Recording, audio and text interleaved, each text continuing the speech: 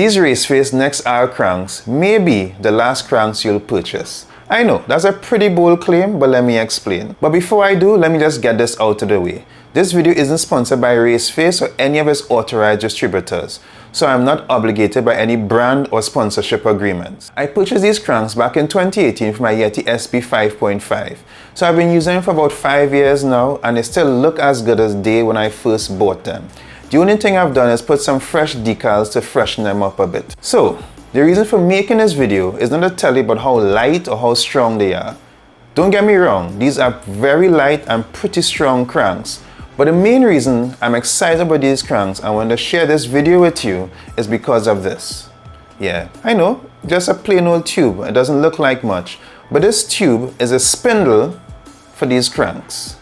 And this spindle forms part of Raceface Cinch System. The Cinch System is what makes these cranksets virtually future-proof. Let's say you had NextR cranks on a non-boost bike with a standard 142mm rear hub.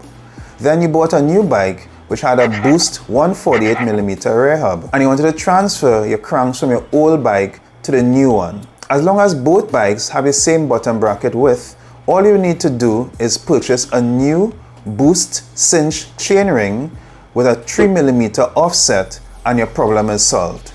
With other brands such as Shimano, you'll have to purchase an entirely new boost crankset. Okay, using my present situation as another example, I recently got a 2023 Yeti SB 140 frame, which you could partially see being built in the background behind me. And I want to transfer my NextR cranks from a Yeti SB 5.5 to this new frame. Both bikes use a 148mm boost rear hub. However, the Yeti uses a typical 52mm chainline, whereas the new frame has a wider 55mm chainline, which is becoming more common on modern bikes. A small 3mm difference would mean my chainring doesn't have enough clearance from the frame, which could lead to a very expensive accident. To solve this problem, all I have to do is replace a 136mm length spindle with this 143mm length spindle, which I have here. Now I'll be able to use these cranksets for many more years to come. The Raceface Cinch chainring system isn't exclusive to the NextR crankset. Cinch can be found on some of their other brands such as Effect and their downhill line such as 6C.